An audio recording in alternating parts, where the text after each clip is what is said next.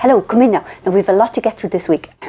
Many things happened. First of all, I got new glasses. Hold on.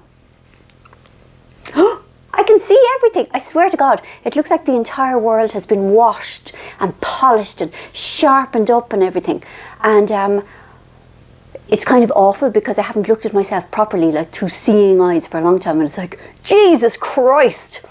And also, the ground, everything has gone slanty on me. And I was walking back from the opticians and the ground was sort of buckling just before I put foot on it. And I was staggering and stumbling around the place because I felt like I was living through a silent earthquake, you know. And people said, are they varifocals? They're not varifocals. I think just, I obviously have gone a lot blinder since the last time I had an eye test done.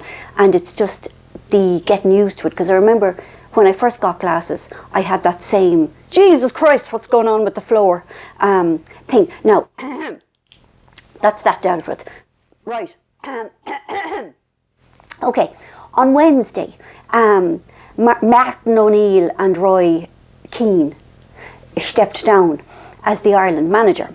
So, I did a quiz on Twitter saying who should be the new Ireland manager. Should it be Old Woman Keys, the Redzers, me assisted by baby Hannah, or Katrina's Good Towels? And it was done to my Twitter followers. So naturally, I expected that I would win. You know, because you are my people. You know, anyway, doesn't feckin' Old Woman win by a landslide, a runaway success? And I mean, I do think it's lovely that you all think that she's that cool and capable. So anyway, on Thursday morning I rang to give her the good news because I knew she'd get a kick out of it because she's very clued in to the world and she's interested, and you know, she always worried about Martin O'Neill. She always said that he looked quite depressed and that she worried about him, you know, but then she had no time for Roy Keane. Anyway, so I ring her and she answers and she sounds terrible, and I said, are you sick? And she goes, I am. And I said, what's wrong with you? And she said, I have and I said, chest infection? She goes, no, the throat infection? No, the thing. And I was really worried because Old Woman gets physically depleted a lot because she is a small little thing. She doesn't have the holding out, but in the head she misses nothing. And I couldn't get any sense out of her.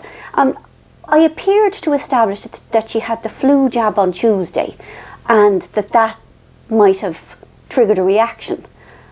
So with feeling uneasy, I hung up.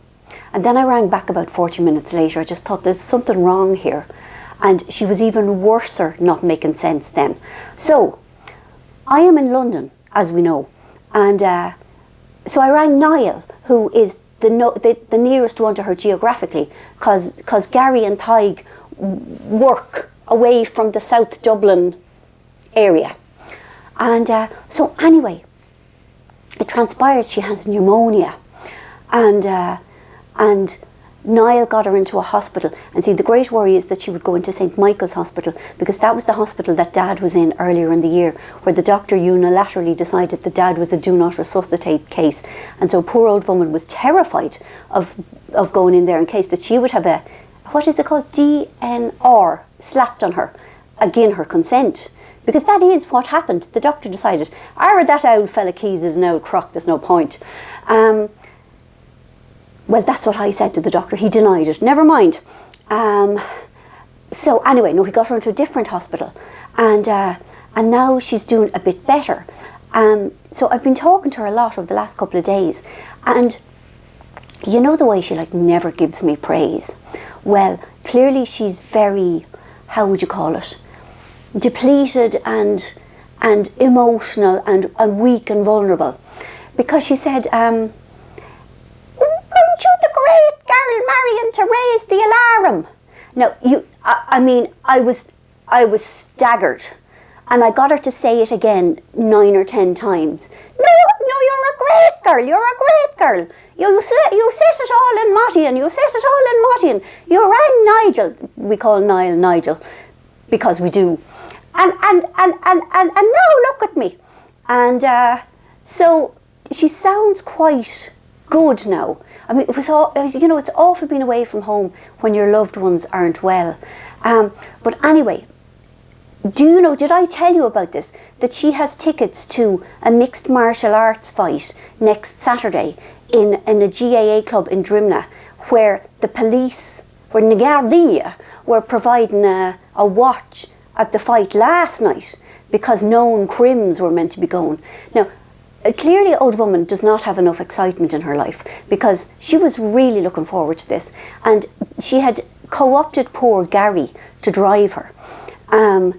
And it's poor Gary I feel for, because Gary is an obliging kind of Gary is the best. Do you know, as sisters go, Gary is the most solid, sound, obliging, kind, obliging, capable. That's what Gary is. Gary is immensely capable. But you see, Katrina was coming home from New York, still is coming home from New York, for the same mixed martial arts fight. So Katrina will be arriving at the end of the week, and old woman will probably still be in hospital. And old woman is worried out of her mind about it, even though she is in hospital with pneumonia. She was saying, but I'm nearly out of your keens, and you're not above. I can't get on the off ye. And Katrina will be needing the yo keens. And then she said, and what will I cook for her? Because Katrina's husband, Sean, is a fabulous cook, but he's not coming because Katrina's only coming for a flying visit. And she goes, I can't do them fancy fries and all that Sean does. She goes, would she eat a boiled egg? And I was trying to say to her, maybe just concentrate on getting better for the minute. I'll tell you one more thing and I'll stop.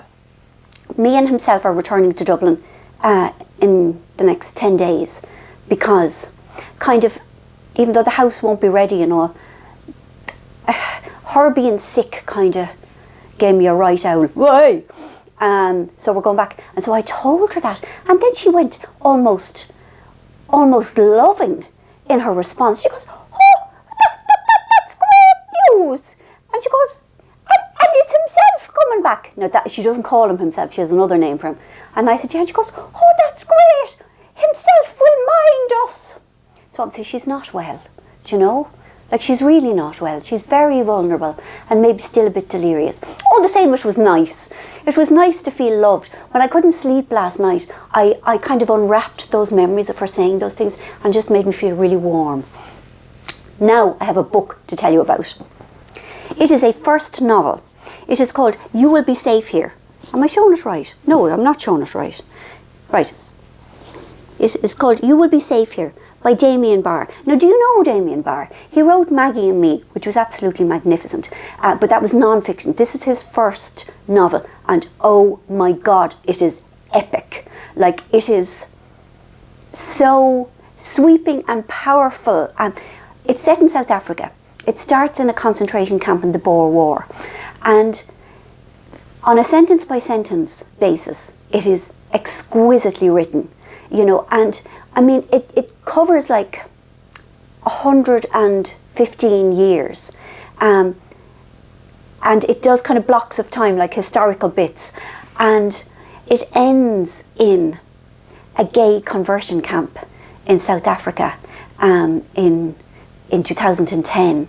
And I mean, there are parts of it that are almost unbearably grueling and painful to read, but mostly it isn't like that. It's about the humanity, and it's about, well, I suppose the generational trickle down, how people absorb characteristics, or, how one person who was saved by the kindness of another person can go on to be incredibly brutal. It's about humanity. It's incredibly atmospheric. It is absolutely like I've been to South Africa, but not during apartheid, but still that feeling of the them and the us and the white people feeling under siege, and I mean, an awful lot of it is about, God, how women are treated terribly always, regardless of any political situation where people are being oppressed. Women are always oppressed. But it ends with love, and that's really nice. But it's fabulous. It was like time traveling. It was like country traveling, and I suppose, you know, ultimately it's about love, and that's always good. So yes, it'll be out. I think it'll be out in February. No, April, I beg your pardon. I'm sorry, I know you must hate me for recommending these books that aren't out for ages. But you'll know all about it when it comes out because it's absolutely fantastic. It'll be one of those ones that are, you know, big reviews and coverage and anyway, I really think you will like it. Now,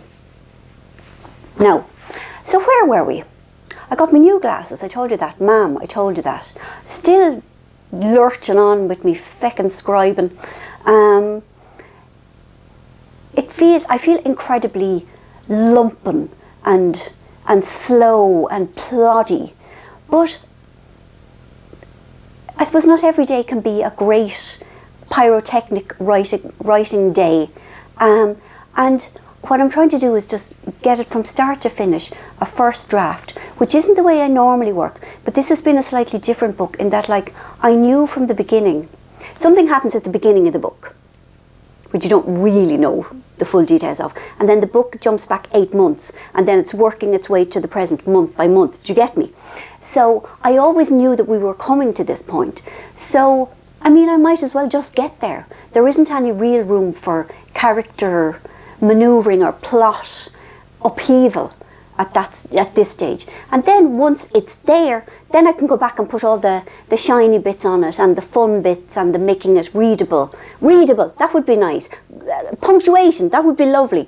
So so this is my kind of last week really in London, because we'll be going home early next week. But I think I will be able to do my last message from London next Monday, and on we go. Now I'm going to show you some skincare, because people were asking me to talk about things because they like how I talk about them. All right, this is multivitamin infusion oil from Marian. Now, things that you should know. Marian is a brand that I absolutely love. They have a sunblock, a factor 30, and it's for old women, you know, menopausal skin. It doesn't call it that, but it's something similar. And I was actually looking for it to show it to you. I put it somewhere safe so that I would have it to show you. And now I can't find the fecker. So I got this instead. Now, I put this on at night. It is an aisle. I will show it to you. It looks aisly. It smells lovely. It smells lovely. And a lot of people fear the aisle, especially if they have oily skin themselves. I am told that it is not true, that you shouldn't fear it, because it won't make your oily skin oilier. Now, I don't know. If you have oily skin, you will know better than anything you read in the paper. But I do not have oily skin. I have the opposite of oily. I have dry as the Sahara. So I put on my lovely fragrant smelling oil and I lie down on my pillow. And then I wait 16 hours trying to go to sleep, but that is not the fault of this nice smelling oil. And then when I wake in the morning, my skin is all undry and I've had no sleep. But that's not the fault of the oil. Maybe I would look even worse without the oil.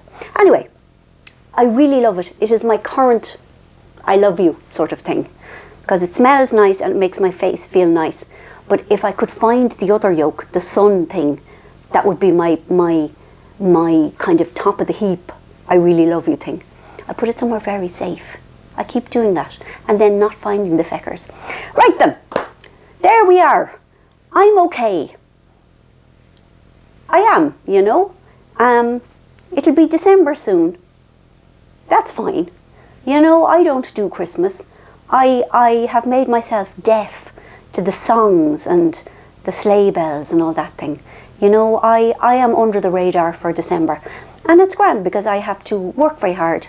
And that is a good excuse for keeping me away from stupid things involving eggnog and antlers. I hope you are well and not too stressed by the forthcoming festivities. Easy does it. Adios, amigos. We will be talking next Monday, all being well.